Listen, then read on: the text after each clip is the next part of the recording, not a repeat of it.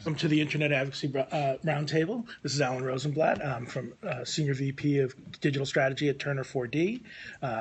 We have a room full of people here to talk about the art of telling stories with big data. And I'm going to do a quick introduction of a nice scan of the room for those of you who are online. And here are our panelists. We have Nathaniel Perlman, who is the founder and is it CEO at Advocacy? I just say president. President at Advocacy. We have Brendan Kramer, who is a partner at Meridian Hill Pictures, documentarian. And do you do other types of films as well, or? Mostly documentaries. Yeah. Okay. And then we have Jeremy Carnell, who's CEO of Big Story, and Mike Bonifer, who's Chief Creative Officer at Big Story. And they'll tell us a little bit more about what they're doing, and I'm just going to let them kind of go through. So, Nathaniel, tell us a little bit more about Advocacy. Advocacy is a small group of people that work on an analytic design, on the boundary between information, data, and aesthetics, I guess. So we help people tell their stories using their own data. Great.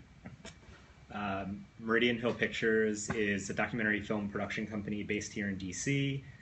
We produce authentic, very character-driven stories about real people and real communities here in DC. We make independent documentaries, feature-length, and shorts. We produce documentaries with nonprofits and businesses across the city and the country, telling stories about communities they work with. And then we also train different nonprofits and businesses and schools how to integrate documentary storytelling into the work that they do to create sustainable storytelling practice and resources within an organization.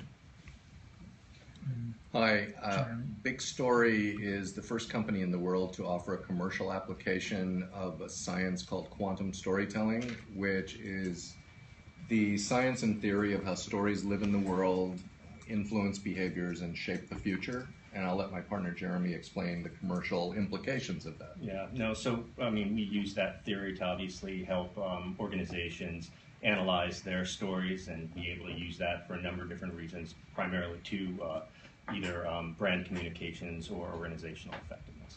Great. Well, so history of working with data, there's this old saying that databases are only useful if they're small. And talk about data, and the basic principle of that was, if you get too many variables, what are you going to do with all that data? How do you manage that? And I've discovered and kind of observed over the last couple of decade or two, that as the tools for managing larger and larger databases become more sophisticated, more accessible, more user-friendly, that the definition of a small database that is useful has gotten larger and larger. And so now the question is, what constitutes a functionally usable database? But the bottom line is that with all, we talk a lot about advocacy and a lot about campaigns here at the Internet Advocacy Roundtable. The question is, when we have lots of data, well, what are we going to do with it? How do we present that? And I know Nathaniel studied with Edward Tufte, who I took a course with, who was like sort of the master of taking quantitative data and presenting it in a way that is most effective for telling a visual story. I would imagine that Brendan, you're doing a lot of that stuff in documentary films and other presentations. But in the long run, what we need to be able to do is to take all that data and turn it into stories that people can connect with. Because first and foremost, if you're trying to change people's minds, you can't just present them with data, because if it's different from what they believe, they will just reconcile the cognitive dissonance by dismissing your position. But a story has a way of connecting with people on an emotional level that opens the door then for a more substantive conversation afterwards. And I think for me, I think that's one of the most powerful things with storytelling out of data is the ability to use it as a bridge to getting people to understand reality more in a more data-driven way. So with that as sort of an opening, I'm going to turn it over to the panelists to share their insights and all that. Let me take a quick swing to start the conversation. I don't think, like you're talking about large data, I don't think it's not the number of observations or the number of variables that's the real issue. I think if you have a ton of observations and you have patterns and you have knowledge about that data, then it's valuable. But data is nothing without what we know about it externally and what theories we can formulate about it and what we are bringing in terms of what we want to convey and what resides inside of it. So Tufte, who you mentioned, talks about like data graphics being the revelation of the complex. That's what I think that you ought to bring to it. Let's look at this and let's see what patterns fit with the story that we're trying to tell that are truthful, and we'll work from there. Great. I think some of the evolutions of how data is being stored is beginning to obviously have a big impact on storytelling. So big data and traditional databases that are column and row based seem to be less informative than what we're able to discern out of things like Neo4j's graph databases, and how companies are beginning to take graph and network structures of their data to make really interesting observations of relationships. So the same technology that Facebook uses for their social graphs, applying those to commercial purposes, and being able to have the machine help us draw maybe new observations that otherwise we never would have seen in the data, to help us then understand the story around that, is something that's, I think, going to become more useful over time. Great. I mean, for us, we're continually faced with starting projects where our films are very character focused and they're stories about real people who are impacted by organizations, by different programs, by different social change efforts. And for us, we're frequently kind of presented with lots of data and saying, okay, how do we tell the story about this data? And our process, and I find as a documentarian, we're frequently at odds with expectations. Oh, well, we have to represent this pool of people, and we have to represent this pool of people, and this demographic, and this. And at the end of the day, when you're making a film, you're dealing with real people, and you're telling the real nuances and hardships and struggles and joys and triumphs of actual individual people's lives. And that doesn't always, totally connect as neatly with pools of data as maybe some people's expectations are. So for example, we're working on a film right now about the stimulus and the impact that the stimulus had on a community, and a lot of people are looking at the stimulus and saying, well, did it work? How many people got jobs? And our way of answering the question, did the stimulus work, is let's tell a story of 4 different people whose lives were impacted by a job training program. And at the end of the film, you sort of see that, it wasn't a total success, it wasn't a total failure. It existed in this sort of nuanced way where I think something is gained outside of the numbers of just how many people were employed through the stimulus. But you're making selections from the data. That's the role that you're doing. You're saying there's tons of people you could have picked. Mm-hmm. There are you shot tons of footage, and you are making selections to tell a story. So you're operating quite dramatically on that data that's in front of you. Yeah. So if the only useful database is a small database, I'm not saying it's true. Well, I think it's a good saying. thought. Well, I think it's a good thought because there are no small databases anymore that I know of. So they're all gigantic databases, and they get bigger every day. And there's big data and thick data, and I don't even know the difference, but they both sound onerous to me. And I think the dilemma is what Brandon pointed out, which is that as storytellers, we're handed plates full of data and asked to make sense of it. And I actually think that's the beginning of the process. It's the inevitable beginning of the process, is ingesting data and then making choices about how to deal with it in terms of storytelling, whether it's visual storytelling, whether it's documentary storytelling. But it's going to be storytelling because it's the only way to contextualize all of that data. And I think what I see happening with big data, and Jeremy as well, is that data analysts are masquerading as storytellers. And they're extracting patterns in data and calling them stories. when in actuality that's the observer effect. That's an individual making subjective choices about which patterns to see. Because in all large data sets, there's this characteristic called VUCA, volatility, uncertainty, complexity, and ambiguity. And that means that you can extract ambiguous stories from the same data set. So I think it begins with this idea that you were saying, which is that, you know, you're handed this data and somebody goes, tell us a story.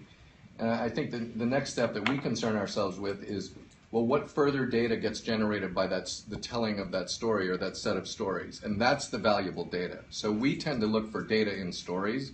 The data analysts look for stories in data. We want data out of stories. Right. Because that's the valuable data. That's contextualized data. And that's what's useful. That starts to make sense and starts to make choices about patterns that are contextually relevant and matter in the world. And I think exactly to your point, sometimes the storytelling, when you for our process, we walk into a project, when we're telling a story, you're walking into that with more questions than you are answers. So I'm not walking into, okay, here's this community that I'm trying to tell their story. This is exactly what the story is going to be. I can script it out. You know, this is the answer. I'm walking in with my camera and we're asking questions and we're uncovering a truth about that community or about these people's lives. And so I think to your point, it is really important to not just, and we find that sometimes then when that story is presented externally, it's like, well, that doesn't necessarily represent the data set that you handed us. And it's like, well, you know, like this is, we came in there not, you know, directly, we came in there, we're coming in with asking questions, and it's a process of inquiry. And I think that, to me, that's one of the biggest things that we need to embrace is if we're looking to the intersection of data and storytelling, really to embrace the fact that the process of storytelling, you know, brings up a lot of new information. And questions, too. And like questions. You can end a story with questions, which is not what the data analysts necessarily go for or what people want to see, but those questions are valuable questions. Sure. You know, you're able to pose more interesting and provocative questions than simply questions about the data. Now you're working with questions about the world and the world in which the data lives, which is where context comes in. Well, I'm sorry, I think you made a great observation. We had this conversation, I think, last week or 2 weeks ago, and you made this great observation that think about the gold rush in the West, and you think about all the miners that went out there with the data that there's gold out there. And then you think about Levi Strauss, who made jeans off of the story of those miners, who's still in business today. Right. That's right. So, Brandon, going back to the idea of doing documentaries where you're singling out individuals to tell their story within the context of what the data suggested the story might be.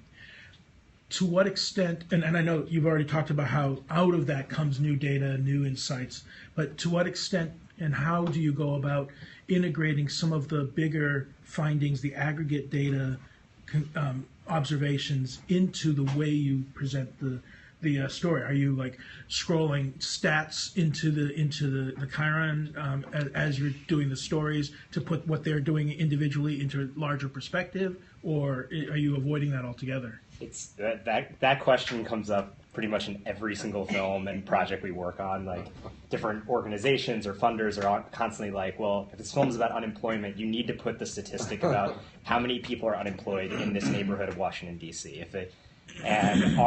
We generally try to err on the side of not overwhelming a film with statistics and information, and we instead try to rely on how the film is packaged to put that data in there. Gotcha. So whether it's a website, whether it's a Q&A after the film, presenting the data outside of the story, because really, like filmmaking, it's not a PowerPoint presentation. It's a unique opportunity to exist within a story, within characters' lives, and sort of see the statistics that sort of wrap around that. Right. In a way, it feeds back to my earlier comment about how you sort of have to get the story out there first before people even be receptive to the statistics if they're not already with you. And so weaving the statistics in parallel to the story might actually not even be effective at all, even though the client may say it's got to be there. Mm-hmm. Yeah. One question that always comes up with regard to, I remember we had this, when I was in grad school, one of my professors was a congressional scholar, And our program was extremely focused on quantitative methodology. We did a lot of data sets and statistical analysis and all this kind of stuff. And it came up in this conversation in the class that, data was quantitative. And a professor just went, no, some data is qualitative. Right? Some of it is, is collecting those stories, is looking at those cases and analyzing it as content as opposed to analyzing it as data points. And so if you guys could talk a little bit about, is big data, the way it's conceived in the conversation, just about quantitative data? Is there a qualitative data component to big data, or does this differentiation actually even matter? I mean, I think there is a role for both the quantitative and the qualitative. Like if you're working on climate change and you want to educate people about what's going on, I think it's important to be able to show them real information about the changes that are happening, and that information could be based on cores taken from ice or sampling in the atmosphere, and you could see graphs that could be very persuasive, or it could be based on interviewing people who live next to glaciers that are receding and how people are impacted very emotionally by changes. I think both of those are legitimate and useful ways of making a case. Mm-hmm. And even if you're really good, maybe you find a way to combine both of those things in a campaign or campaigns. So, yeah, go ahead. Well, I think you can say that some data is qualitative, but not all that is qualitative is data. So, there are things that exist outside the realm of data that are components of stories, emotions, analogies, symbolism, meta-language, and those are why people move and change in the world. They're why people make the choices that they do. They're not sitting there looking at statistics and going, well, that's where I want to go to college, or that's how I'm going to earn a living. We met somebody last night that when he was 8 years old picked a VHS tape out of a box of his dad's old VHS tapes, and it was the movie Tron, which I happened to work on. And he was like, you worked on Tron? I was 8 years old, and I've done everything I've done in my life because of Tron. And there was very little data, or the probabilities are immense. And who can calculate the probability that a kid in Rockville, Maryland, who's 8 years old, is going to pick a Tron VHS tape out of his dad's garage? It's infinitesimal. So, the story contains all of that information, and that's how it's shared. And it's really not passed along. We didn't talk much about data outside the name of the film last night. It was all story, and his choices in life were made because of story. And I think that's, there is a relationship between data and story. There just needs to be sufficient story to accommodate all of the proliferation of data. I can't say the word proliferation, of data. So, I think we just have to keep up with as storytellers, we have to keep up with the data. Right. And keep adding qualitative components to that world. Yeah, and sometimes I've found that desire to sort of like have the Tron story is really good in that, how do you measure the impact of Tron on communities? I find in the documentary community there's increasingly a trend and an expectation to measure the impact of your films and to really be able to provide data on how did this film actually reach people, how did it impact people. So you'll see if you go to AFI Docs, you'll get a lot of pamphlets that's going on. This festival going on this weekend. You get a lot of pamphlets, questionnaires you have to answer, because a lot of the funders that are out there for documentaries are expecting measurable ways to show that this film has impacted people. And one of the consequences of that can be that the films are made in a way that are more issue-driven and more have clear advocacy sort of stances on whether it's unemployment or whatever, just sort of saying this is good or this is bad and sort of shaping public perception around that. And one of the consequences that we talk about a lot in filmmaking is that it leaves less room for the nuances of the storytelling to not have as clear answers, because you're expected to have people walk out of the room and sign a petition or lobby their congressman or make this phone call or take this action to not eat foods with GMO products, or whatever the like action item is with that, and that can sometimes reduce the complexity of telling human stories. Because you have to simplify the ask in order to focus the behavior. Yeah. Yeah, Al Gore wants to take 2 billion signatures to the Paris Climate Summit in December.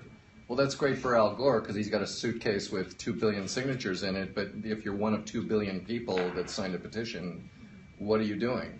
You know, how is it affecting your life? And I think, you know, that's all data, but the stories have to accommodate what people are going to do about climate change and what their relationship is to the Paris Climate Summit.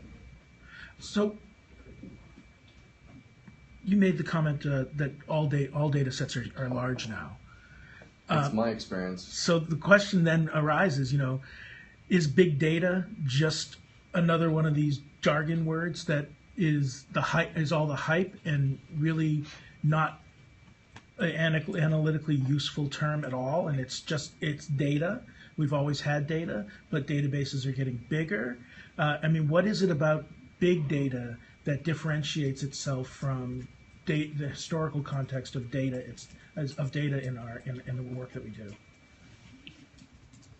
Well, all data is not large now. There's small data still exists. I mean, the list of presidents of the United States has not gotten much larger. The list of people on the Supreme Court hasn't. The number of quarterly measurements of GDP, or, you know, there's tons of things which the number of observations hasn't exploded, but there are, of course, enormous amounts more of data being collected, and so you have both small data and important data and large data.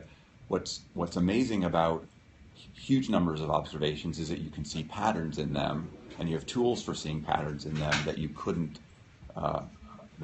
before this kind of collection and representation was available. So there are new stories that can be told. Right. You know, something about Google searches and change, or Twitter, or, you know, this is all new.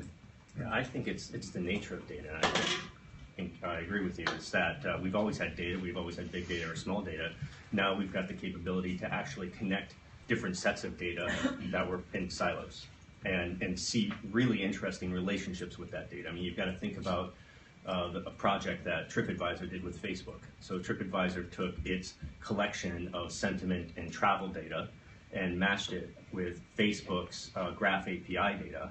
And the two data sets allow me as an individual to get it, and this goes back to the sort of social network concept of birds of a feather flock together. It gives me a really good concept of my friends who I trust have traveled to these areas and have these opinions regarding these locations, these properties, etc. And I would never have seen that, ever, without both of those coming together. Right. You know, it's interesting, Nathan, that you brought together the notion, mentioned the presidency. The president, this is my own research in a previous life, and the big challenge with presidential research has always been that you have essentially an N of one. There's one president at a time, and there's 4 or 8 years when they're president, and then you move on to the next one, and occasionally it gets cut short. And so the idea of doing statistical analysis was always very difficult for political scientists because, you know, the context in which each of those presidents are behaving are unique, time sensitive. My own research and kind of a way to approach to re-slice that was to start looking at behaviors within terms. So like I looked at presidential speeches and the impact it had on public opinion. And during the course of any presidential term since the rise of television, there have been a larger number of speeches on television per presidential term. And so now all of a sudden, we're still looking at only one president at a time, but we're looking at the ability of the president to use this particular technique, this particular tactic to change opinion. And now all of a sudden you have many, many more observations to work with, and it opens up.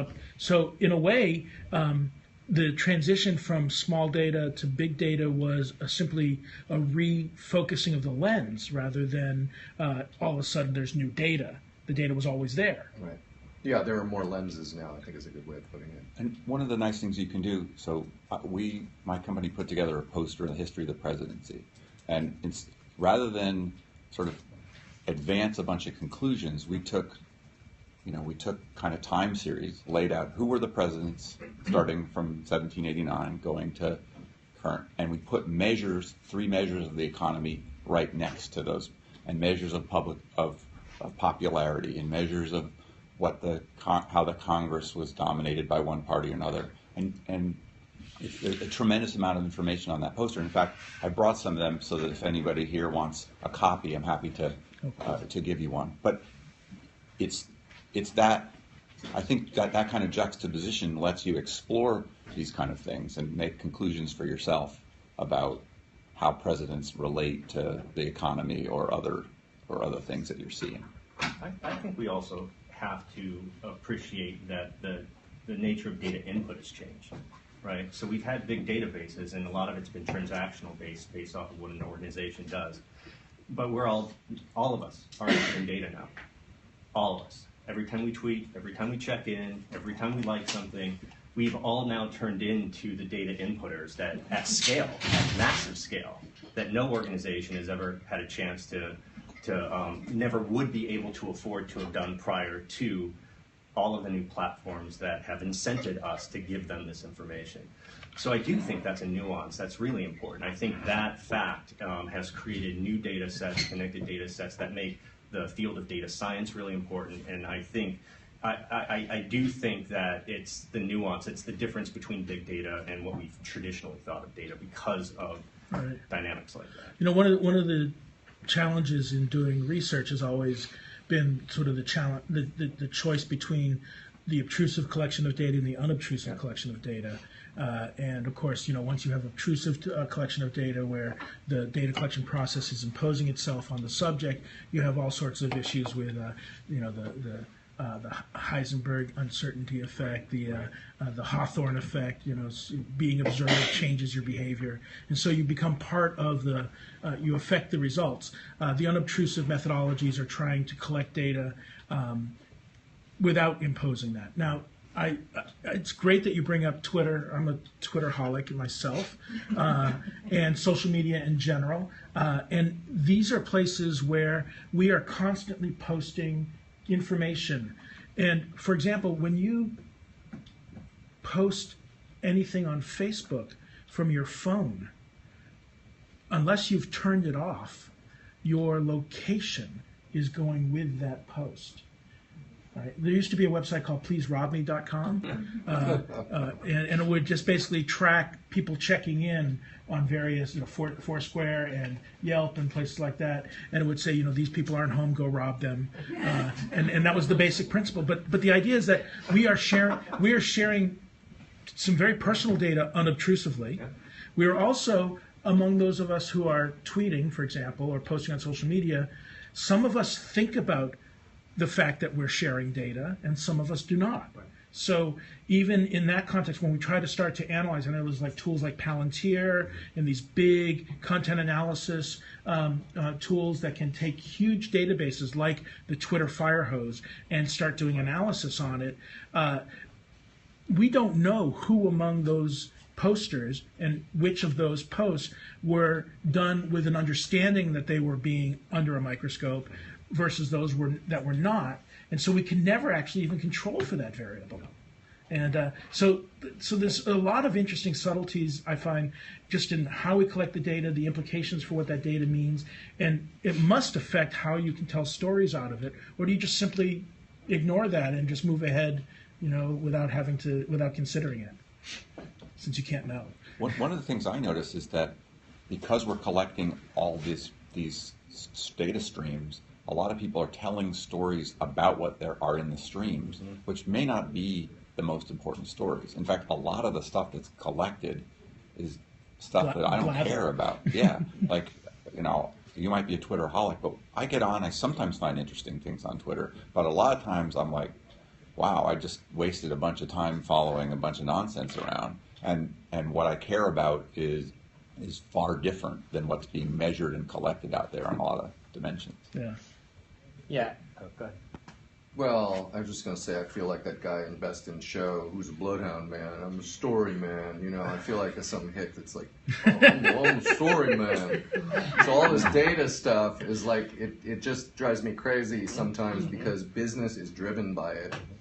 And it's the challenge that Jeremy and I face is that we're handed data. And we're handed data that, as Nathaniel says, a lot of times people, it's irrelevant data, and so to parse through a massive amount of data and identify what's relevant and what's not, I really think that's where story comes in. And our idea of story is to ingest that data and develop theories of story using it, but then engage with the world in a storytelling sense. You know, like participate in stories, not manipulate behaviors and determine courses of action based on data. Otherwise, we are just data tools wandering around in a data forest. And so, you know, if we can have stories that generate more useful data, we call them story engines. We use game structure as story engines to generate better data and to figure out and develop theories about why people are behaving the way they do, and then engage in those behaviors, those authentic behaviors. We use a case study of Procter & Gamble in the Olympics, which, I mean, you're really great at explaining that. So Procter & Gamble, the largest advertiser in the world, $2.6 billion annually in ad spend. Wow. They were marginal advertisers in the 2010 Summer Olympics, and it worked out really well for them. So in the 2012 Summer London Olympics, they decided to become a title sponsor.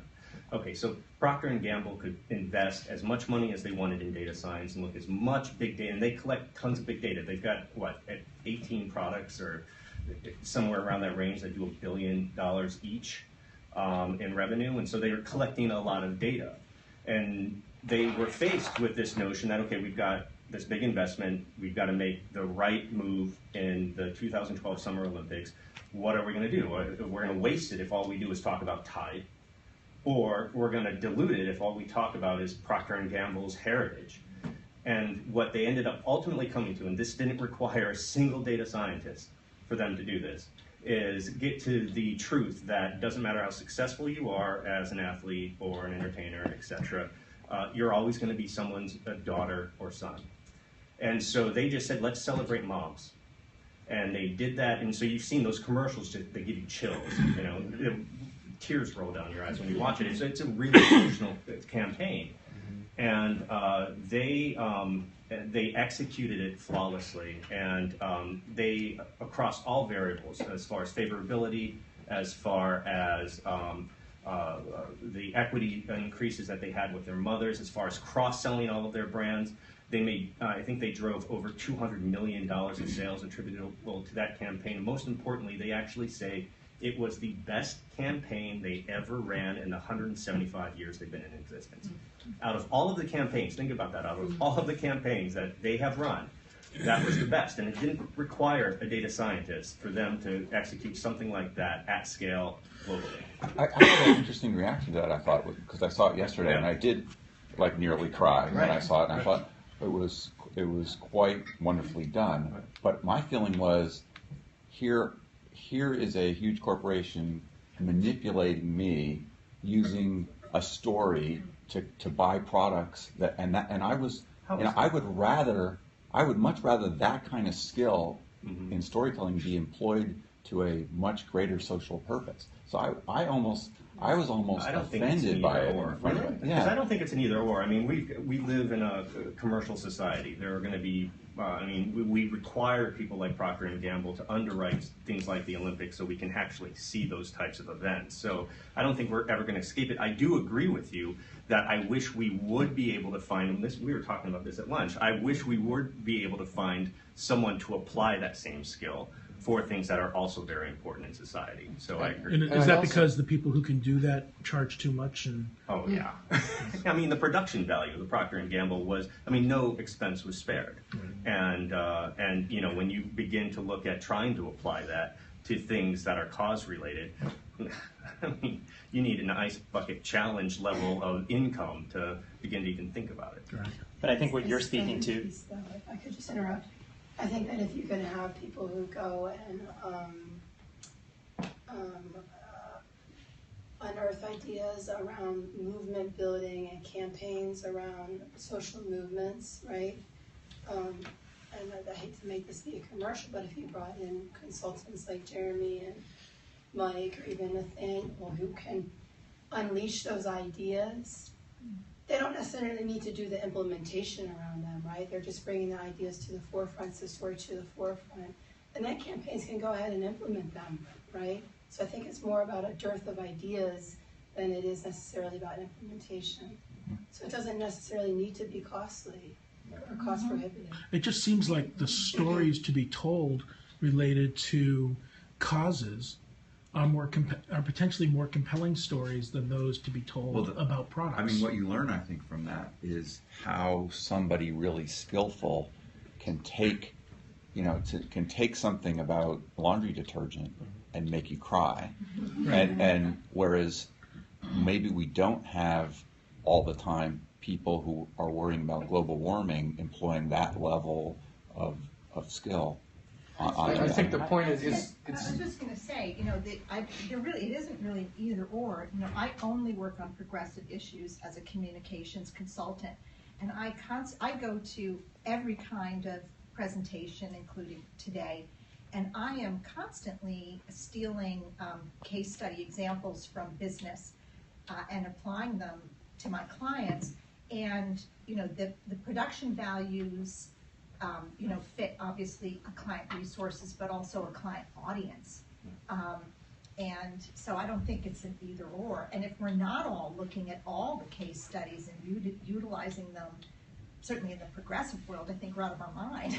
So I want to go back to something that Nathaniel said, which is it really wasn't about laundry detergent, and I think that's a key point about that. I was just trying to be provocative. You were provocative because I'm super pissed off there about that. Let's go, pal. Move aside, Brendan. No, and I think if Procter and Gamble as a company would somehow be antithetical to the idea of good parenting, but it's a Midwest solid company where good parenting and Little League and raising the kids up in sports is an important thing. It aligns with that, and I think this idea that we can participate in narratives authentically is the most important thing that spans the commercial and the social spectrum. And if I can go back to Al Gore for a second, because I still have a bone to pick with Al Gore about an inconvenient truth, and particularly Live Earth, which I worked on, is the idea that Madonna, who flew in 2 private jets 40 dancers to London and got everybody jumping up and down about climate change, that's a difference. That's the part where you should go be pissed off about with me. You can join me in being pissed off. That's not authentic. That's not a real message about climate change. And the global warming thing, which was my personal thing with the Gore campaign, is as a storyteller, they didn't understand that most people can't tell the difference. What's that? No, I'm sorry. We don't need to debate our politics today, do we? I mean, No. Mike, I'm talking about storytelling. I know, but that's what my work really focuses on. Yeah. And I mean, I've represented the Gates Foundation to international development and climate change right now, and the target audience of the progressive groups that I work for, they're a huge mix, and some of them love Tide, I'm sure. So I think it's it really saddens me when I go to meetings like this and suddenly we're into a debate about who's a good actor and who's a bad actor. I mean, our target audiences will decide. I think, and this goes to how we practice storytelling. There is no such thing as good or bad. There is no such thing as right or wrong, but there is consistent and inconsistent, productive and unproductive, useful or less useful. And my contention is that Madonna and her actions, and God bless Madonna, she seems like a fine person to me, but that flying 40 people in and being, a giant user of fossil fuels to get people to jump up and down, it's just not consistent with the story that I felt I wanted us to be telling. And it's a very personal viewpoint from inside of it, but I was not the only one that felt like that was flying in the face of what we were trying to do. And that bring Madonna, fine, let her come, but the private jets and the 40 dancers And the trash that was left in Wembley Stadium and all of this stuff that went on, it just didn't rhyme with what we were trying to get across. And if they had taken a beat from the Procter & Gamble world, which, let's be really authentic here and participate in a meaningful way and, you know, align with that, I thought it just was not consistent to me, that's all. And nobody wants to get into the right or wrong, good or bad debate. Me or anybody I work with, really. So. Oh, I disagree with you. I'll just Yeah. I was going to say, a lot of people disagree with you. Completely disagree with I you. say, like, a point, I think, and Mike, feel free to correct me if I'm wrong, but getting at that dearth of ideas. So I imagine the people that put on a concert was like, okay, if we get Madonna to show up and jump up and down, that's going to get a lot of media attention to what we're doing. And Right. eventually, you know, inevitably the cause. Right. But from a creative mind, you look at that and you think, okay, I can think of about 12 different creative ideas that could get that same attention. You don't need Madonna and her 40 dancers on a jet, You know, which is what I think is touching on that inauthenticity.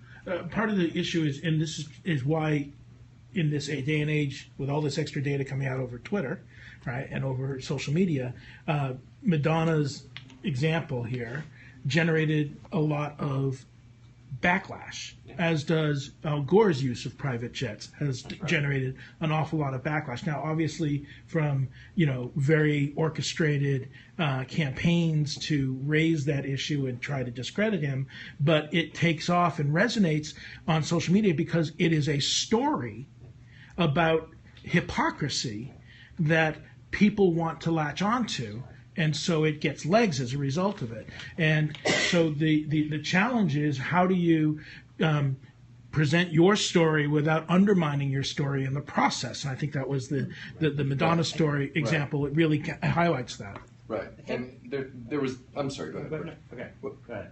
Right. Well, I just want to say that the global warming thing, the data actually, we were able to see that the average person couldn't tell the difference between climate and weather.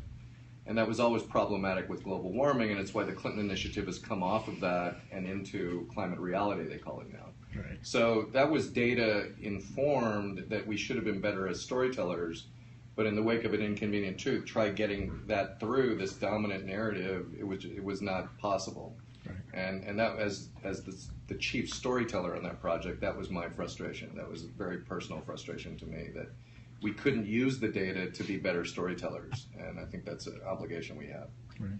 Yeah, and I think, as a documentary filmmaker, I do think actually the art form of documentary is really informative in this conversation, because I think one of the biggest problems with what you're talking about with the commercial, with the Procter & Gamble commercial, and a lot of storytelling that's out there, is it's very scripted and sort of, this is the message, I'm done this research, I'm going in with this sole intention, and there is an inauthenticity that you feel from that kind of storytelling, that kind of narrative that's out there. And we feel, one of the reasons why we created Meridian Hill Pictures was because we wanted to combat that way of story, not combat it, but provide an alternative way of storytelling that really is starting with questions and a process of discovery and really understanding something. So, and that takes risk. If Procter & Gamble were to invest in a commercial that, was genuinely asking questions about how their laundry detergent was being used and how that was,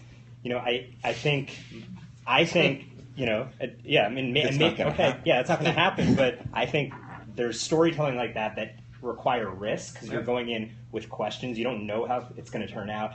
But my experience has been those can produce stories that show, truth and vulnerability in a way that audiences really connect with. They can actually serve your product greater because people feel an authenticity when they watch something. Well, the Procter & Gamble one did do that. It brought up a lot of debate about working mothers. Fathers obviously had something to say about the fact that mothers were being the only ones celebrated regarding their children's success in the Olympics. So I do think there's a lot of story energy out there that was produced from that. I actually have I have a question that pertains to all of this, and it has to do with climate change. It's interesting that we've got huge data sets that show that this is happening. We have, 97% of the scientific community that confirms that those data sets are correct.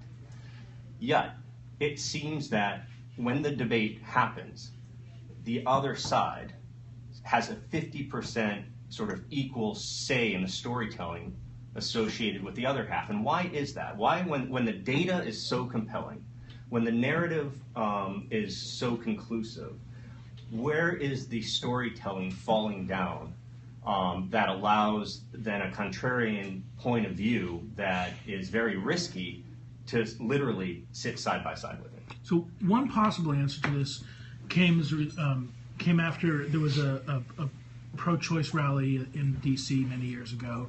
100,000 plus people showed up for it, and there was a counter demonstration with about almost 10,000 people that showed up. And the Washington Post ran side-by-side stories about the two protests on the front page, giving them equal coverage, as if they were equal events. And so in that model, it's the media's fault. It is. Because we've confused the notion of objectivity with balance. Yeah. And balance is only objective if both sides have an equally relevant and equally credible position. You want to get that? This is part of our audience. So that certainly seems to be part of it. Yeah. Whether it's all the media's fault or is this notion of objectivity being the same thing as balanced and fairness, Right. Which is a bigger cultural norm than just the media. Right. But the media feeds it, media responds to it, and people kind of adopt that, and those in the minority propel it. Now, at the same time, you might also say, well, our entire country was based on protecting minority rights, and protecting from the tyranny of the majority as well as the tyranny of minority. So, Right. Well, look at the Westboro Baptist Church. I mean, my God, is that 6 people or what? And They're all related to each other. Yeah, exactly.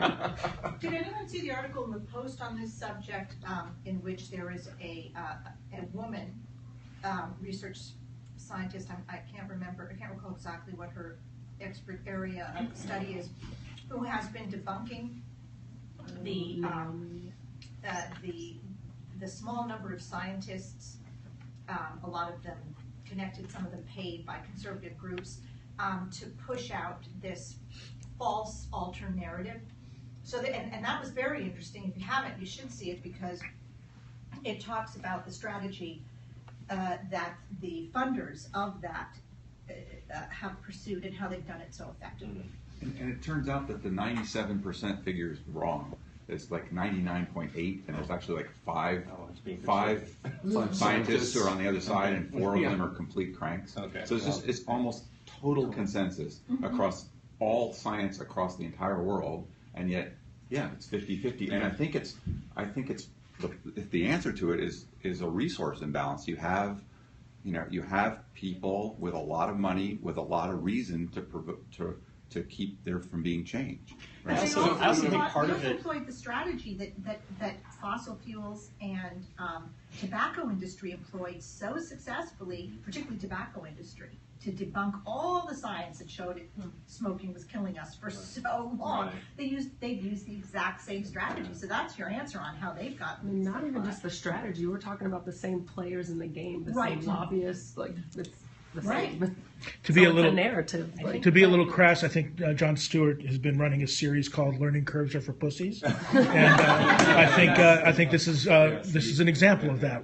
We should have learned our lesson with the tobacco industry, with the fossil fuel industry, but we still haven't learned that lesson. But I think I would say one of the problems is like movies like An Inconvenient Truth, or I actually think is, to me, I mean, I see value in that movie, but I think that's part of the problem in that there are on the right side of the issue. I mean, on the science side of the issue, there's a lot of media, a lot of storytelling that is so heavily sort of action and activist and sort of so sided in the way it's presenting things that it creates a vacuum for that sort of storytelling to come from the other side.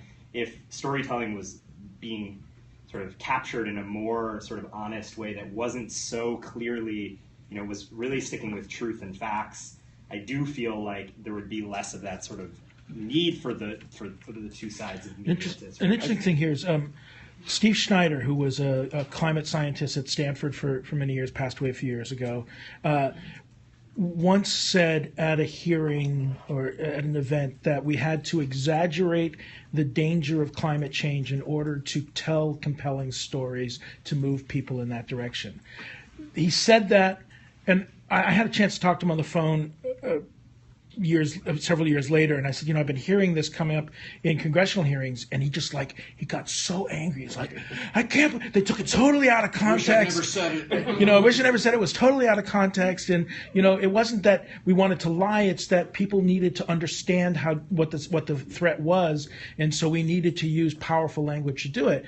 But if you say something wrong and the other side latches onto that, then it becomes their narrative in contrast to your narrative. I want to get at the idea of what media, so this gets a little bit into the observer effect, but what media is telling what stories. And when you think about television and what television wants, what does television want?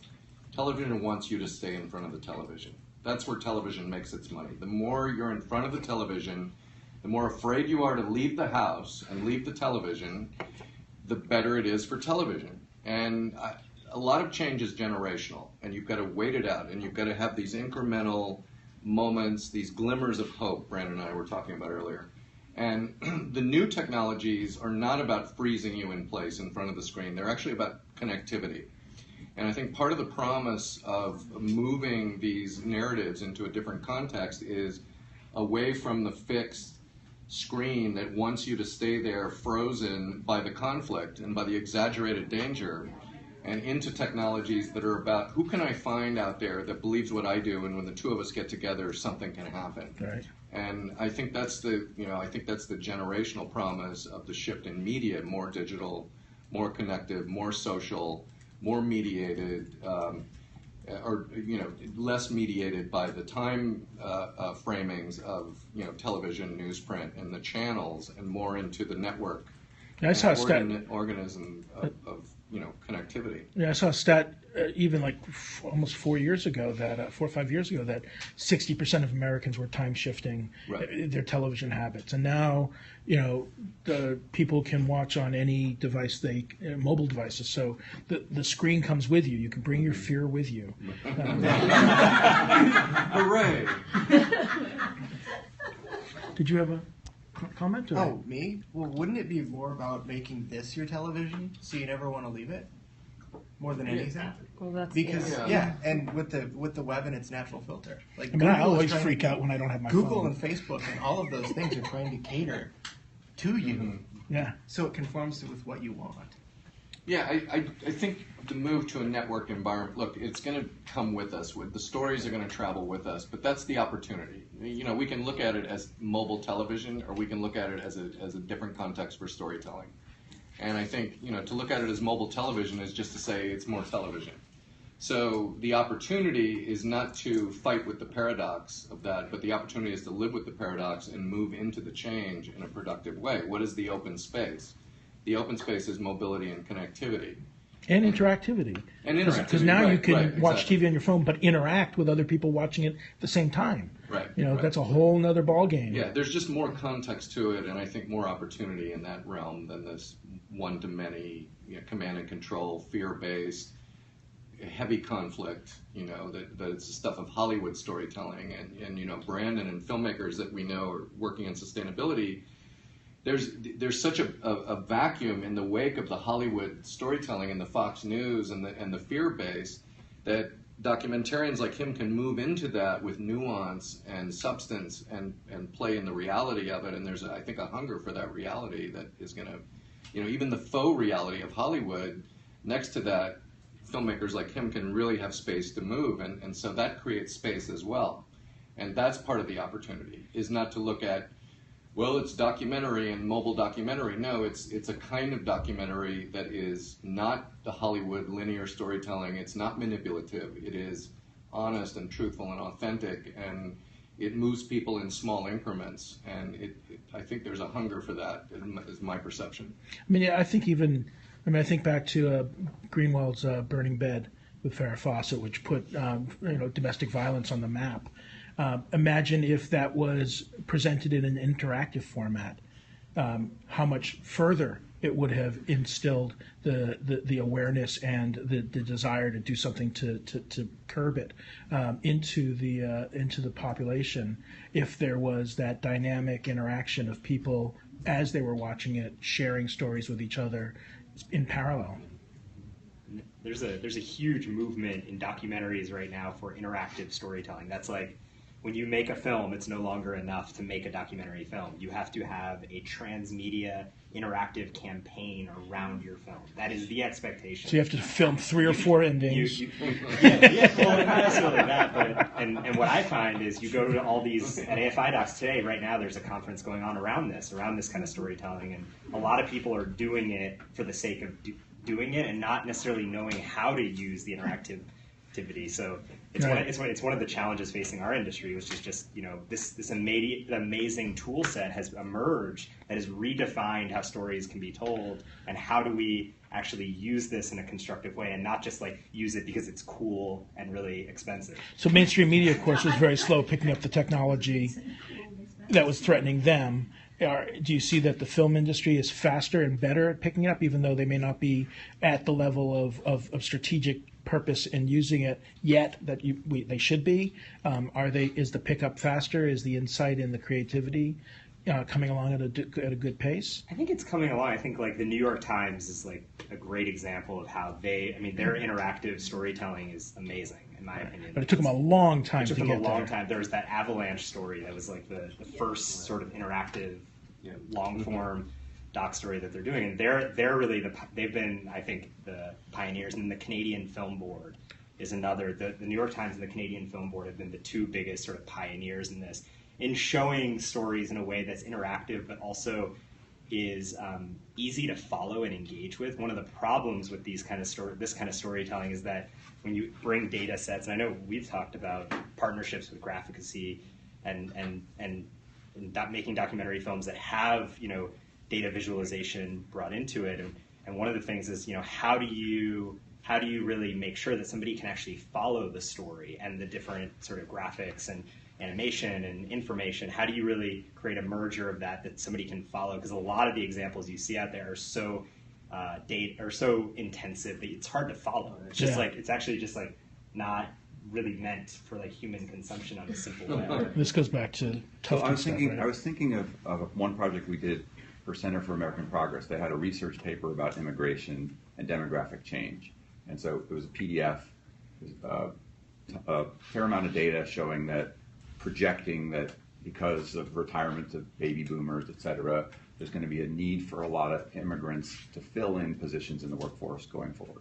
So it fits with their desire to be pro-immigration reform, and yet it's in a format that is not easily accessible to a lot of people. So we worked on that project for many months with them, turned it into like a 3-minute motion graphic that was based on metaphor and an oak tree and leaves coming off of it, and then multiple interactives below that where you could actually explore the data, look at the change, try to find yourself in it. So there's like 4 of those from different angles, and that was that's like one long web page with multiple stories, which leads you through something that you hope will change your mind about immigration. And that's one way that they took something that might have reached 30 people and reached hundreds of thousands of people. That's the kind of work we do. I think that, to me, there's something hopeful in being able to do that, but it's a ton of work and it's a challenge. I have 2 questions, and they're both phrased too. Why do you think, and do you believe there is an opening for, and why do you think there is not as much humor in progressive storytelling as there certainly is in storytelling for business and just about any other certainly any commodity, and especially considering the incredible success of injecting humor into storytelling, no matter what the issue, and certainly in getting new audiences to come into your fold because something's being shared simply because it is just so terrifically funny as well as informative. And then the second question I have is totally different, but something I continue to just pull my hair out on. So as a former director of communications, I've been a consultant now for 14 years, but the thing that I look at with my clients now is, why do you think there continues to be an over-reliance on media placement, media relations, story placement in the media, or even trying to raise awareness, even trying to get into, say, the blogosphere, et cetera, versus progressive organizations taking their resources and shifting them to employ full-time reporter storytellers, people who are really good at producing engaging, authentic, factually true, and balanced stories on the issues. Those are the two things that just fascinate me, because again, business is its own media channel, and today, given technology, every progressive group I know, almost no matter what the size, can be its own news media outlet, and reap much greater success than any investment in media relations might give them. And this is, you mentioned Center for American Progress. This is exactly their model. The blog, the website, they're turning their reports into interactives. They have their own audience, but you do have to have your own audience, and you have to be, focus on promotion. Just producing content by itself isn't necessarily going to do it, and that raises the question, because I think, you mentioned you went from a document that could have had 30 viewers to one that had to an interactive that had hundreds of thousands of viewers. But I don't think it would have just happened automatically. At the Center for American Progress in particular, they spend 50% of their budget on marketing, on communications. So that's 40, but yeah. I mean, it's approximately. Danielle Ledger just wrote a piece for Communications Network, and she pegged it at about 50, and that's where it's been for quite some time. And that's a machine that produces content and distributes it and markets it. And I think that that's really a powerful and important thing. We're creating all these stories. They're compelling, but if nobody sees them, if nobody hears the stories, then they go nowhere. And so, what's the balance there? That's interesting. So what you're suggesting on my question about organizations being their own news media outlet is that organizations are being blind to the fact that there is a model that online news media outlets follow, which is they don't just have their reporters producing stories, they actually market them. I mean, if that's the case, I'm now even more chagrined, because my God, who's directing communications at these places if they don't understand? And I don't think the marketing of it if you look at online news media outlets, the marketing of it is not something that's wildly expensive and human resource intensive. It has to do with. But it's not easy. It's really, I think it's hard, whatever you do, to get heard nowadays, because there's so much going on. For a long time, I ran a software company that did very well, and I learned something about how to sell that into a specific market. And then I switched into making these information graphic posters and helping people tell stories with data, and I realized I'm invisible, basically, to the people that I'd like to work with. And how do I even tell my story in order to get out? So I'm here on a panel like this, talking to a few people, and hopefully, something will come of that. But if I can't even figure that out for myself, because it's difficult, and we have some success with that, but I see clients all over the city and the country that are struggling with that, because I don't think the skills, maybe you have skills in that area, right? But I don't think the skills are all over the place. There are so many organizations and so few people who are really good at this, right? Yeah. I think that's what I see out there. And maybe it's not what you see. And there's few organizations that actually then understand how they need to reorganize their own operations to support that. I mean, yeah, exactly. So you look at things like the New York Times. It's not just a journalist. You've got a journalist that is paired with a data scientist, that is paired with a front-end developer, and they are getting all of this information real time. They're producing it real time. They're getting it out real time. And that's exactly how businesses need to start, or organizations need to start treating themselves. It's not marketing communications. It's now journalism. And there's some organizations that are doing that, right? Like Urban Institute, or that have a whole team of data visualizers and storytellers, or people who crunch data.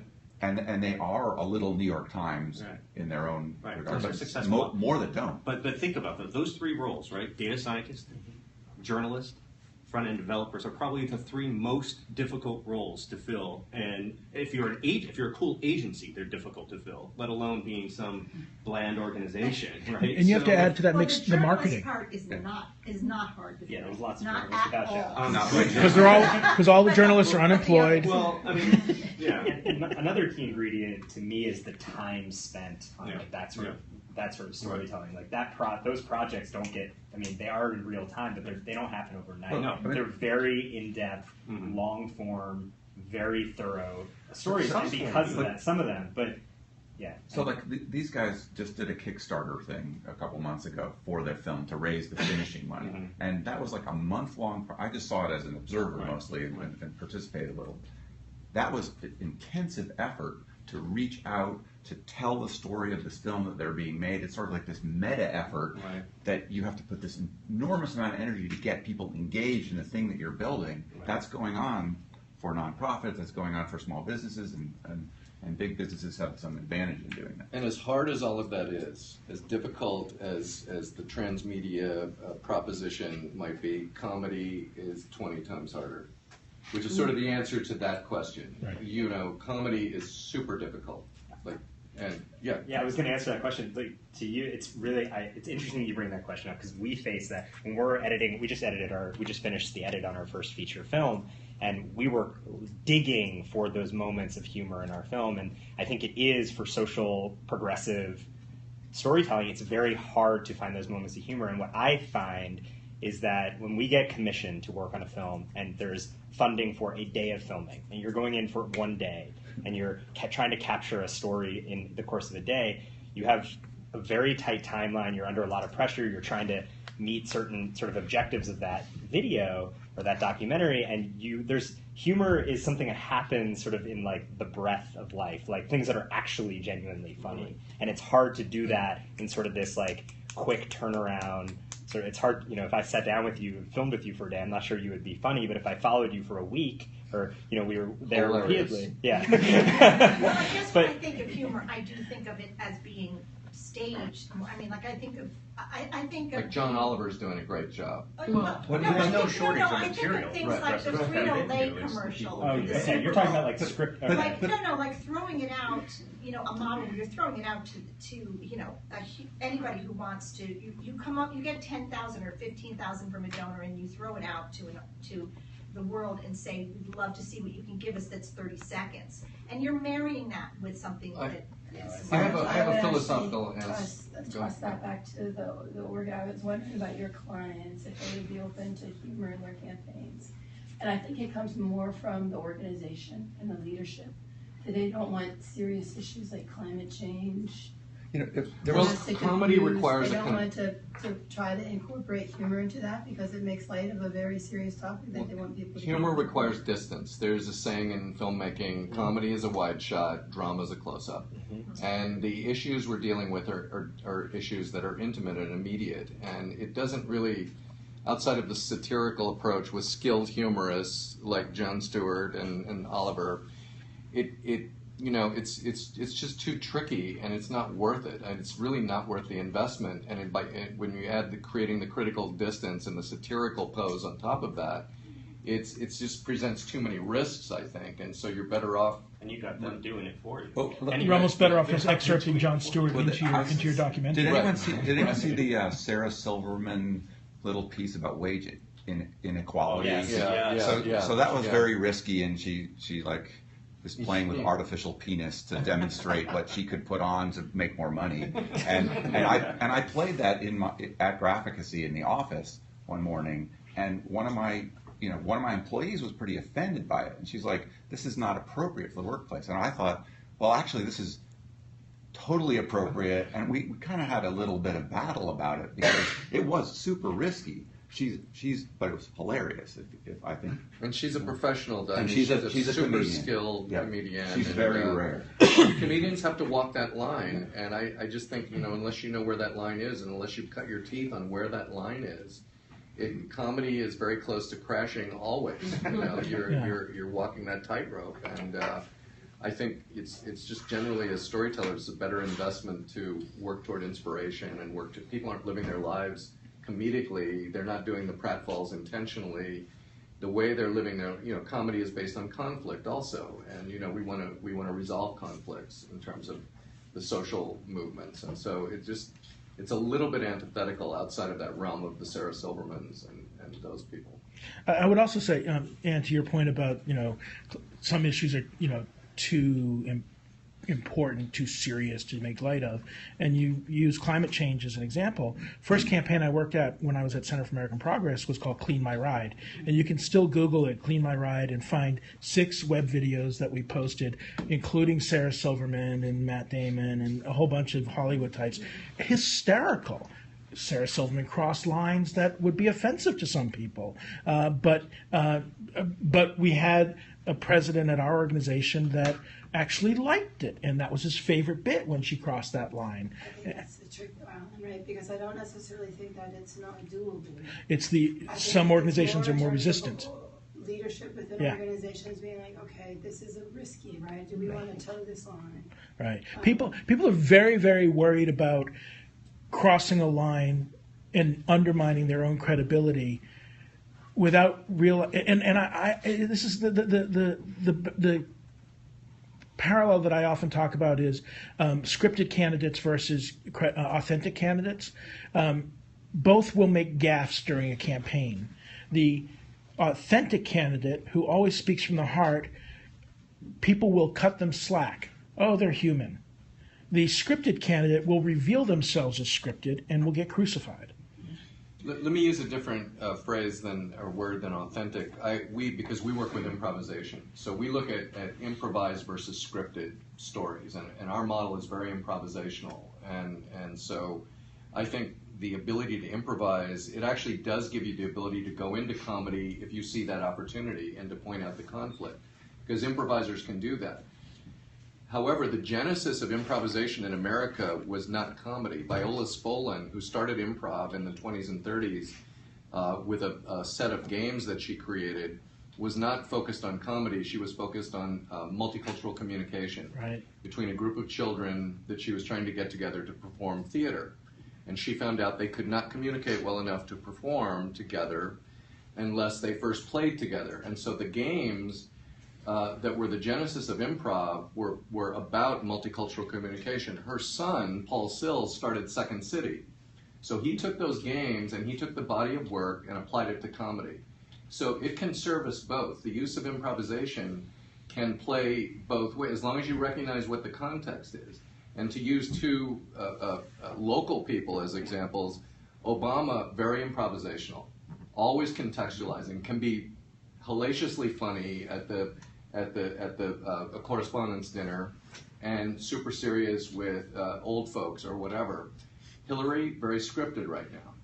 And she needs to learn how to let go of the script a little bit. That's going to be her challenge, I think, in terms of, because she does serve herself up exactly like you said. She opens herself up to criticism. So that when she cried in New Hampshire, people didn't believe it. Well, her commercial, her opening campaign video, I thought was a testament to that. You have all these people, saying, "I'm nervous, I'm excited for this in my life. I'm excited." You're sort of in this authentic world, and then you see her kind of in this static shot, in this very stiff pose, and she's like, "And I'm concerned about something too." And it was transparently. It's up for debate whether that worked, but to me, there's the campaign slogan right there. Yeah. Concerned about something. That's not actually what she said. No, I know, but that's a great comedy. There's your comedy. Yeah, there's your comedy. I wanted to bring up one other thing which relates to your point, which is the feature film that we just finished. It's a film about a nonprofit organization. And it's an independent film, so they didn't commission us to do it. It's a documentary about this nonprofit, Washington Parks and People, implementing this stimulus job training program. We came to the organization and we said, they just got this huge stimulus grant, and we said, we're really interested in telling this story of you guys implementing this program in a really vulnerable, really honest, really sort of truthful way, because we want to see the successes, the struggles, the failures, and it's really important that we document not just the successes, but also the lows and where you guys struggle and fail at times. And they had the foresight to sort of say, you know what, like this is gonna in the grand scheme of things, this is gonna help our organization, even though we were there when they were rock bottom and they were, people were getting fired and people were struggling and people were getting, they were struggling with a lot of different things. We also filmed them at these really beautiful and triumphant moments where they were changing people's lives. And to me, the film has yet to be released, but it'll be really interesting to see the way the film reaches people and has an impact, because I'm really curious to see if that authenticity in them opening their doors to us and being vulnerable pays off and actually has, even though you see challenges, like has more positive payoffs for them than if we were just to make a puff piece about a more scripted sort of thing. But one interesting thing about that you didn't mention is that it was actually, there's an initial grant that came out of the Obama administration to start you on that allowed you to tell a story about something that they were doing without putting any handcuffs on what you're telling, right? Isn't something that's not exactly true. Okay. No. So what happened was we followed the story independently for a period and we filmed the entire film independently. And then you found the grant. And then we went back to the U.S. Forest Service, who had funded the program. We said, we followed this story independently.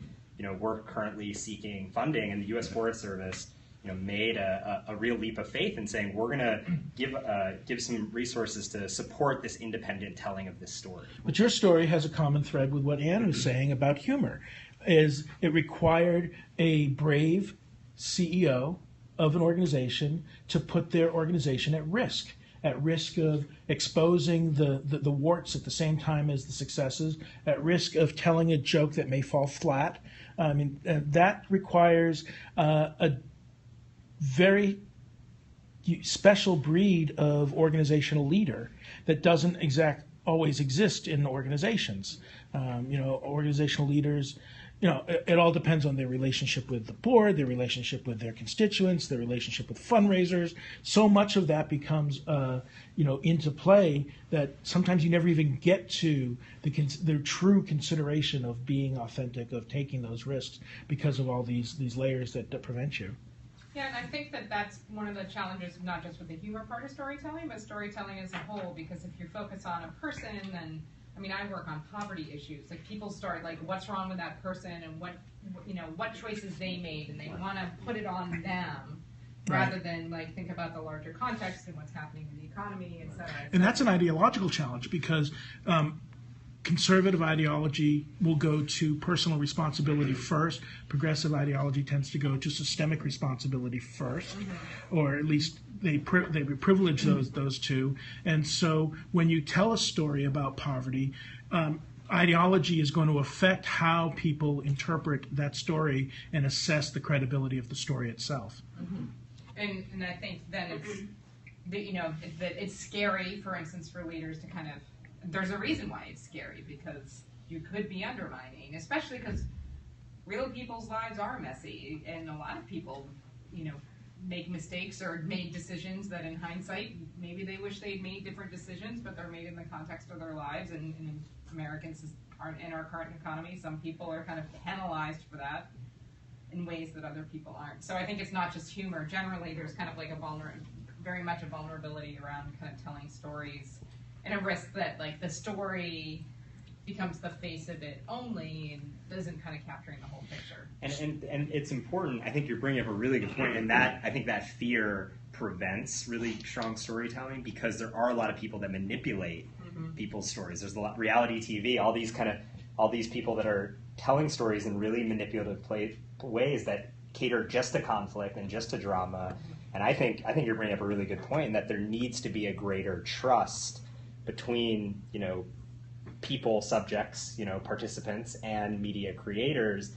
And because I do think that independence is really, really helpful, to have that distance. I think there is something that you get from having an independent body sort of work within your organization or your story, as opposed to telling the story from within. So that trust piece is really, really important. I think it's a core, rebuilding that trust between storytellers and subjects, participants, people that run organizations, I think is a really crucial thing. So when I see documentaries that do that, I go up to the heads of There's this film called E-Team that was made by a friend of mine, Katie Chevany, which is on Netflix, and it's a film about the Human Rights Watch, and it's a documentary that was made independently, and the film is beautiful, and it's so compelling. It's about these Human Rights Watch workers that go into Syria to document the use of chemical weapons, like right when that was happening, and they took a leap of faith in allowing them. So I went up to the executive director and I was like, thank you for allowing these filmmakers that are not part of Human Rights Watch,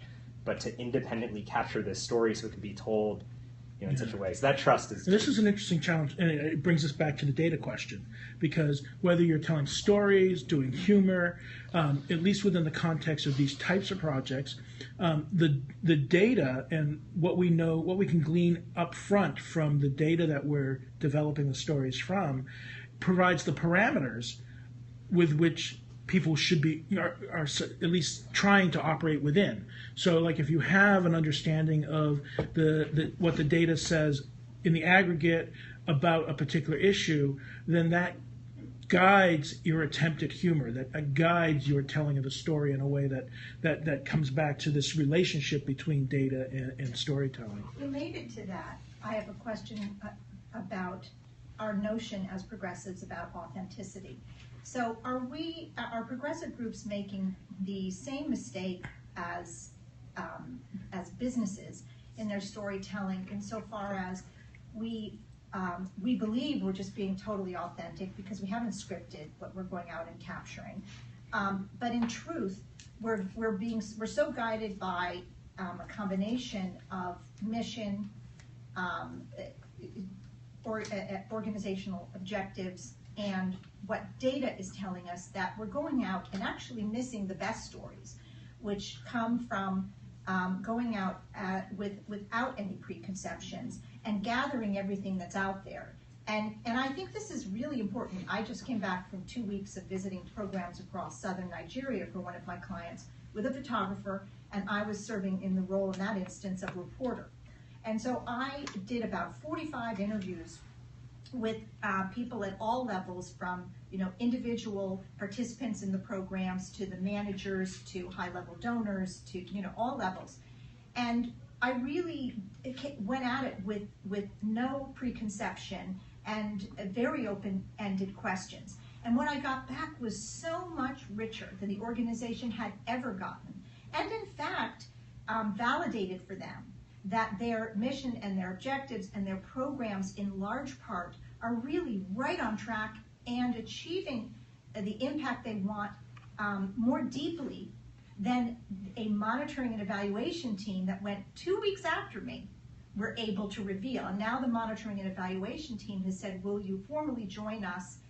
We want to integrate, I recorded all the interviews on my iPhone. We want to integrate these interviews and your experiences into this whole monitoring and evaluation report, because without it, the report really doesn't provide the board and the staff with the insights they need.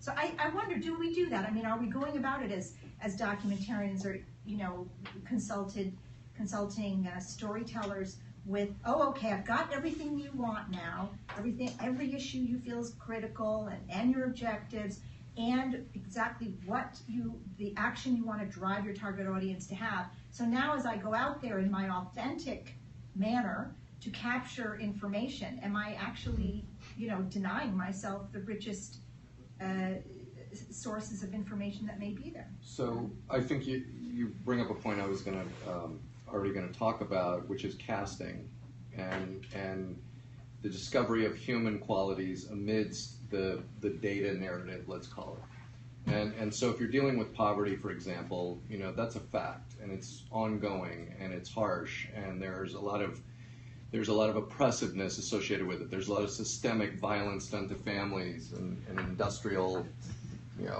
prison systems are doing their work in the inner cities and all of that. And I just watched a documentary it sounds like it could almost be a companion piece to Brandon's film. It's called Can You Dig It? It just premiered at the LA Film Festival, and it's about my friend Ron Finley, the gangster gardener of South Central LA, and 4 other urban gardeners. And the filmmaker, like Brandon with his film, doesn't spare the grittiness. Like, this is real South Central life. There is real poverty there. There is real struggle in these families. And Ron, of course, is this dynamic centerpiece of the whole thing, but there's this little girl who's probably 9 years old, and she has the worst deal of the whole situation. I mean, her family life is pretty chaotic, and they live in the projects, and she shines through it just like this beacon. Like, nothing gets this girl down, and she makes the best of everything. And she's got little sisters, and she's got a lemonade stand, and her dad is having a heart attack, and she's escorting him out of the hospital, and she's always turning to the camera and going, you know, here's how we're going to make it through. And she is literally, as a human being, like watching a seed burst through the soil and find the sun. And I think if we as storytellers can absorb the data and honor that and use it as the larger framing, but we're looking for human beings. We're looking to cast it well. And because that's irrefutable. That can't be, you know, all the arguments in the world will not counteract or create a counter narrative to this 9-year-old girl who has the energy of 9-year-olds and of a seed coming through the soil. And the other thing I want to point out is you're going to get an objective. Well, we all get objectives. Businesses have objectives. You know, organizations have objectives for their movements. Those are different from outcomes. And what you found was outcomes. And we need to distinguish those from one another. And a lot of times, organizations or managers will look at an objective as the only desirable outcome from a process, and they'll be single-minded about it. But if we as storytellers are more expansive and open ourselves up to what the outcomes of a process are, then we're going to find more stories than what we set out to do or what the mandate was. And I think there's a lot of opportunity in that space. I think that's an interesting point, because in the process of developing these stories, you can discover better ways to message your campaign, your goal. That's what documentary filmmaking is all about, I think, you know. Yeah, like half of the film, I mean, pretty much every film we've worked on, whether it's a short commissioned or independent, the film has always redefined the strategy for the campaign. The story itself has always, in some way, shape, or form, shifted because you know, at least the way we approach things is, again, we don't you know, sit somebody in a beautifully lit room and have somebody read a script or have talking points. It's a process of like uncovering even some small truths that inform that, are informative. You discover the story, Yeah. right? The story's out there living somewhere, and your job is to discover it in the process. Deeper than you could know from your office. And I think we have something similar on the data analysis side, where we work with a nonprofit that helps community colleges, and they hand us a bunch of data, and we look at it, and we sit, and it's like things that measure their impact look flat. Like over 10 years, it doesn't look like the things that they're doing are having an impact, because they get lost in huge macroeconomic changes. They're just, but also in that data are the actual encounters that people had with trainers that got all these people into, through nursing programs and then into the workforce. And there's tons of things that you can connect to the work of this organization, and those are the stories and those are the impact. So there can't be zero impact. The numbers are in a certain way just lying to you, but sometimes you need them to help you get to what's important and tell the story in a different way. I also just want to say one other thing. One of the things that we do at Meridian Hill Pictures is we train communities how to be their own storyteller, and we provide organizations with tools so that they can capture stories, and the communities they work with can capture stories, and those stories can live and breathe somewhere. And one of the reasons we do that is because you don't always have that that expert film crew or consultants necessarily come out, and I think there is something to be said for the fact that most people do have these, and they do understand basic sort of ways of how to use it. And so one of the things we've been interested in is just how to leverage the fact that most people do have this and provide some training and structure by which they can be using this to capture stories and experiences authentically, and then feed that back into a campaign or a discussion or a conversation around things. I think this is a big missing piece to sort of storytelling. And not that people aren't using it, but are they using it the right way, and are those being sort of generated and sort of collected in a way that advances something meaningful? Because that right way is based on what we know so far.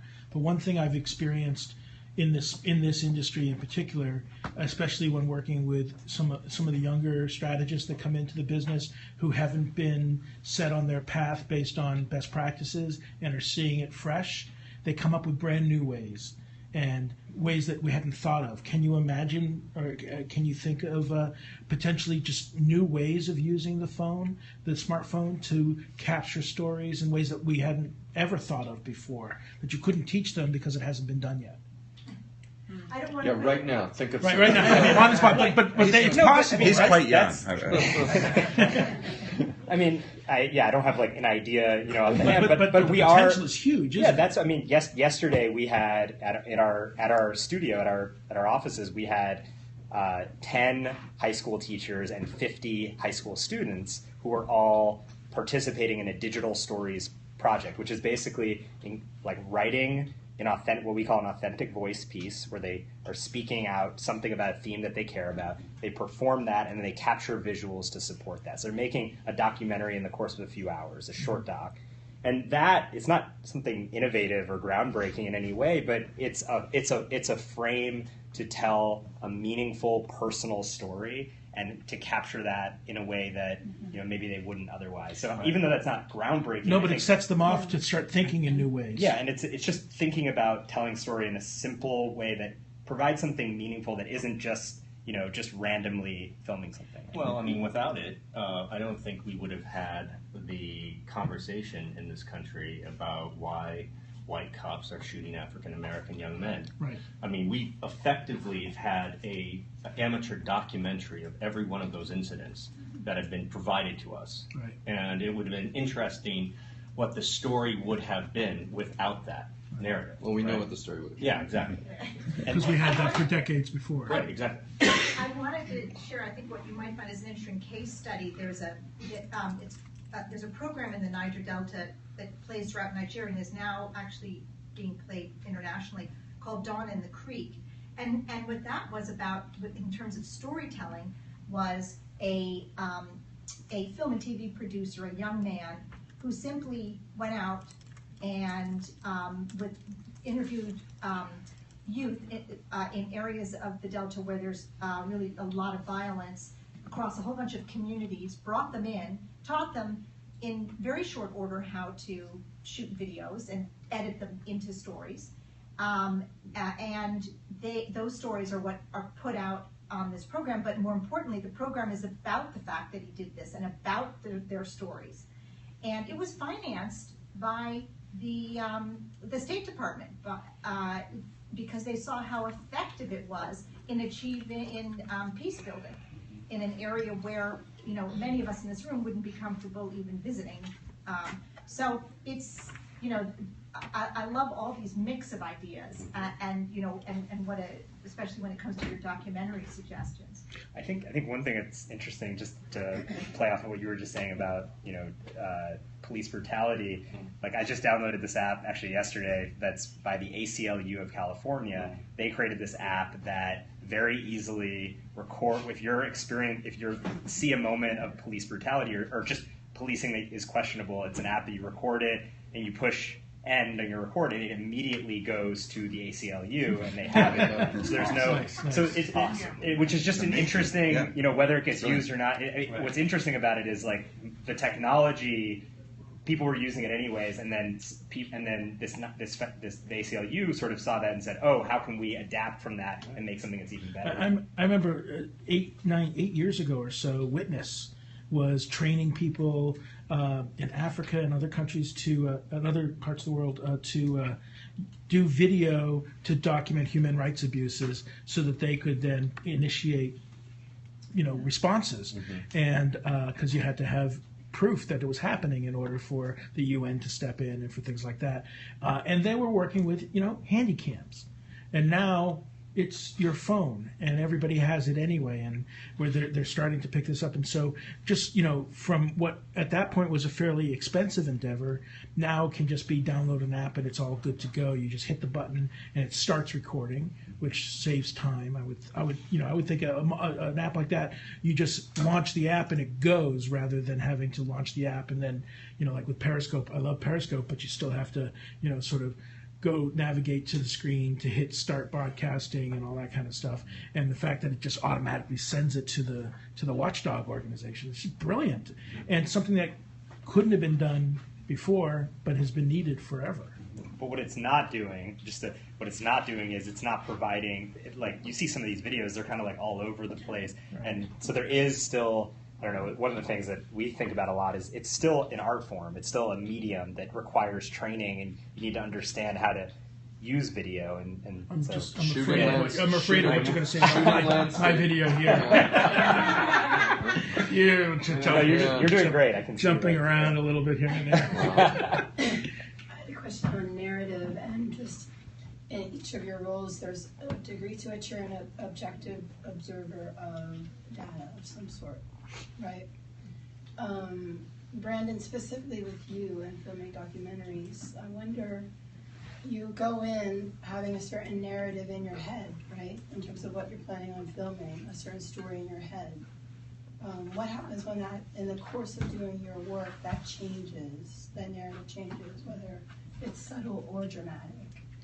We will storyboard and script out a film before we make it, and then what you do is you go to that environment and you are very responsive and aware of what happens in that moment and in that scene, and you come back and you periodically are re-storyboarding when we greenlight a project or an independent film, we try to look at, okay, we've got 60 shoot days. Mm-hmm. It's not a matter of what those shoot days are, and we think about what they might be, and then very often they get shifted around. So it's a constant process of, this is where I want to go, so I know when I'm entering that space, this is how I'm capturing it, and then being very receptive and listening and really watching for the cues to sort of understand, oh wait, you know what? I'm intending to tell this story this way, but we went into this film about the City of Trees. We didn't necessarily know exactly where the story was going to go, and as we started filming with this program, we found out that their stimulus grant was going to end. A 2-year, $3 million grant was coming to an end, and we realized in this community that their livelihoods were at stake because this grant was ending, and it became a huge focus for our film. Was the grant money running out for these people? They were planting trees in parks, and there was some resistance to the planting of the trees. Those are things that we didn't script, but we sort of witnessed, and those became the core conflicts and threads in the story. So it's just being very, for my work at least, it's just being very listening and paying attention, and then re-scripting and re-storyboarding. Yeah, and then Nathaniel, the layering of data sets, I think is really interesting, where you can take a couple of different data sets, and then not just manipulating those can change the narrative.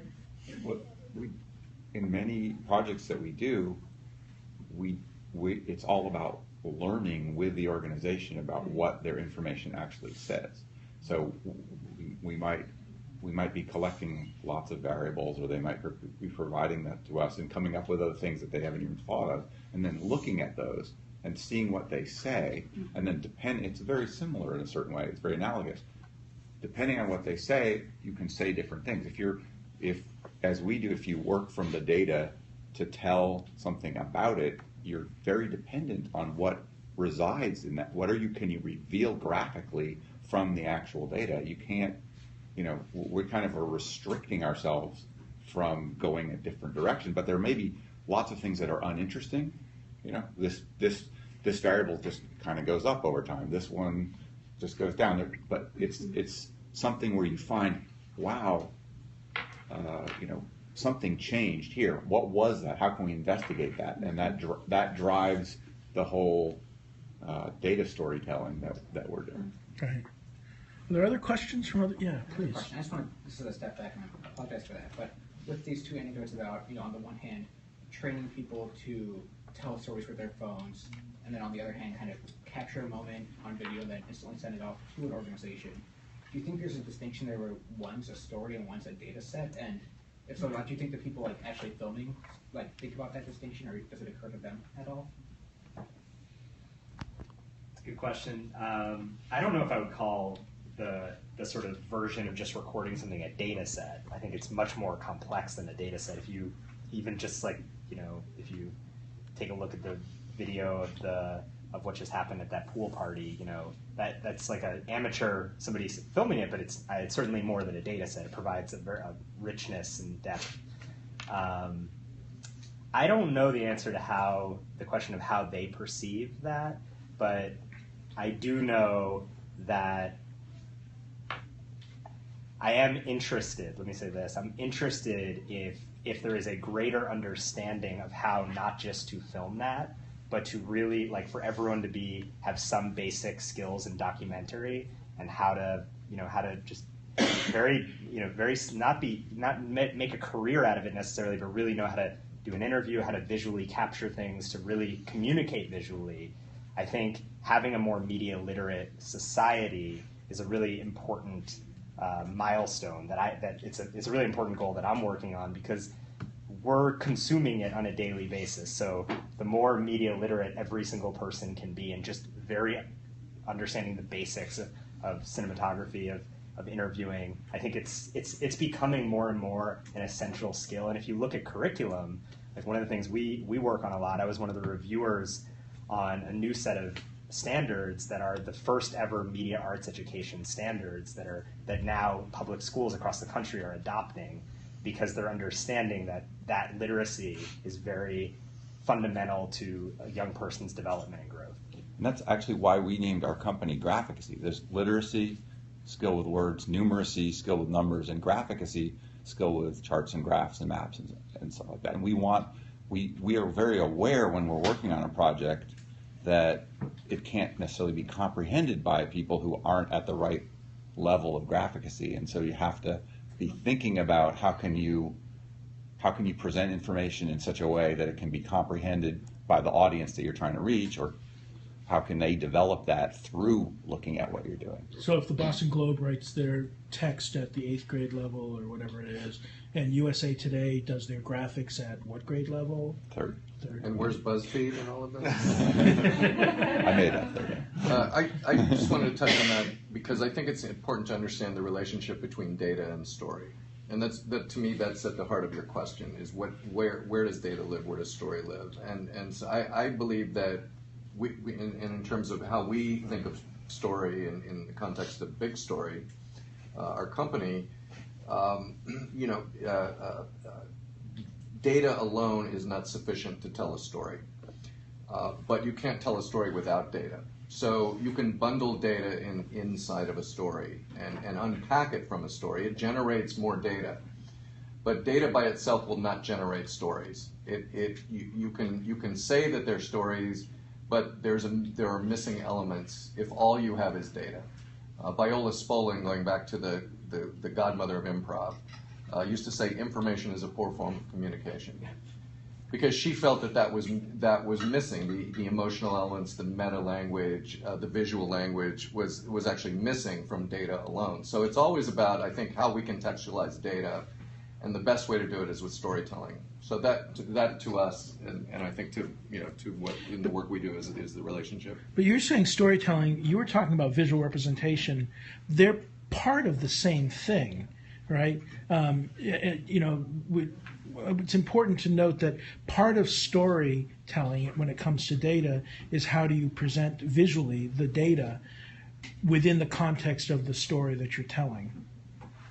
I mean, I think there's a huge spectrum between where the wild things are, a kid's book, and a visual representation of where Max was during that story. At time X he was here, and at time Y he was in the boat. And that might be a very interesting little graphic, but it doesn't probably pack the emotional power or entertain your child quite as well. So, but there's a time and a place for different types of conveying information. I And think. look at the data, as Nathaniel's saying, look at the data you can unpack from where the wild things are. Look at the data that it can generate. Right. Everything from the biography of Maurice Sendak to how many cross-hatchings per square inch he uses to create his characters, to how many pages in the book, to how many, on the and on nature and on. of parents and dreams and right, life exactly. and, All of that is, you just keep it will generate data forever, but there's no amount of data that will tell you the story of where the wild things are, and that is story has superposition. To use the physics of what we do, story has superposition to data in terms of how we think of that relationship, and it's what creates the coherence for data. It's important to storytellers to understand that relationship. Where the wild things are. I was just going to say one thing about that. Where the wild things are. Also, that book is a great example in that that book leaves so much room for imagination and interpretation. Like that book's a great example of what storytelling can do, because it's not. There's every child, every adult reads that book, and you go in a totally different place. It was generative. It spins out more stories than the book itself is. It is a story, but it also, more importantly, it touches lives, and people have stories about their experiences with the book. And I think that's the big story concept: is assess how generative a story is going to be. You can't just data will sit there flat. It will sit there flat all day long unless you start to dimensionalize it with story and think about the possibilities for generative activity within a network. But sometimes data is like this crucial thing. Like you. Oh, it's always. I think it's always so crucial. you have this map. That I forget who is it. Forget who makes the map of Napoleon Black map? Death in London, and where people are dying, and then they look at this map and they see that people are dying next to where there's wells or water sources, I can't remember. And from that piece of data analysis, it's not exactly the story, but it's like the saving of tons of lives come, right? Right, and then the stories follow, so the data is the starting point, and then, where are the stories, and how do they live in the world, and what legacy do they leave, in the form of other stories. There's a science fiction-y notion. There's a yucca in this story. There's a yucca mountain type of radioactive waste pile, and these scientists are trying to figure out how to warn future generations. Like the decay is going to be 100,000 years or something like that, and the scientists are trying to figure out what is the most effective warning to leave for future generations, given that language might change, context might change. So they create a breed of blue cats. And the idea that these blue cats are the warning about radioactive waste, with the idea that the stories of the blue cats will live on longer than any information about the radioactive waste pile. And as long as people see the blue cats, they will share the story about the danger of the radioactive waste. So stories will outlive all data in that sense. There is a famous map of Napoleon's march into Russia, and it's a time series that goes first west to east and then east to west, and as you go west to east along the bottom, it has the temperature, and along the top as they come back east to west, there's the temperature for that part. And then as it moves forward and shows you where they're going, the thickness of the line indicates how many troops he has. And you can see over time, as he goes deeper and deeper into Russia and into winter, the thickness of the line that represents how many troops he has gets thinner and thinner and thinner. And so you can see in this graphic representation of really just numerical data, how many troops, temperature, and then a map for location, the impact that weather has had on the troops, and you start to understand the superposition of the story of this folly of going into Russia to fight a war in the middle of the winter. That's a chart by Menard, and you see it's a lovely graphic, and you see, like, because it's placed geographically, you see when the army hits a river, not everybody makes it across the river. Yes. So you see you can see the thickness of the line shrink. Right. And you can see the reinforcements coming in, and it's really brilliant in the sense of the amount of data that's put into this chart. The saddest story, and these are stories that I got from Edward Tufte when I took the saddest story was the Challenger. The night before the Challenger finally went up, which was the 5th day of delays because of weather, there was a call came up from Cape Canaveral that they were worried about damage from the O-rings because of the weather, and Mission Control said, send us the data by the morning or we're launching. And they sent them a graph that showed chronologically the damage to the O-rings on these drawn out rockets. Had they sent it sorted by, it went up and down. You couldn't draw a story from it. But had they sent it sorted by temperature, you would have seen that as the temperature went down, the O-ring damage went up almost perfectly, and that it was 20 degrees colder on the day of the launch than the coldest day they had in their data. And they would have canceled the flight. And if somebody had just sent a line or two that said what you just said, they might have canceled the flight. So I think that sorting is really interesting. We made this chart of the history of the Senate. And we put every senator on it, and we colored them by party. And when we sorted it by alphabetically, it looked like over time kind of a big mess. But when we sorted it by regionally, then you could see these patterns. Like the South is Democrat, then it's Republican. Those things just come out at you when things are put in the right order. So the representation of data itself, the raw data, as well as sort of the stories that you pull from the data, both very important. Are any final questions from everybody? And I'm happy I'm going to give away some posters. Anyone here can have one. So great. If you want. Do you have a? Oh.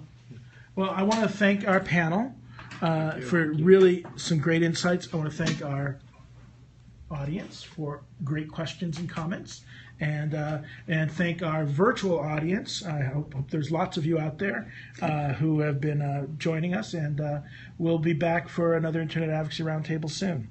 Thank you so much.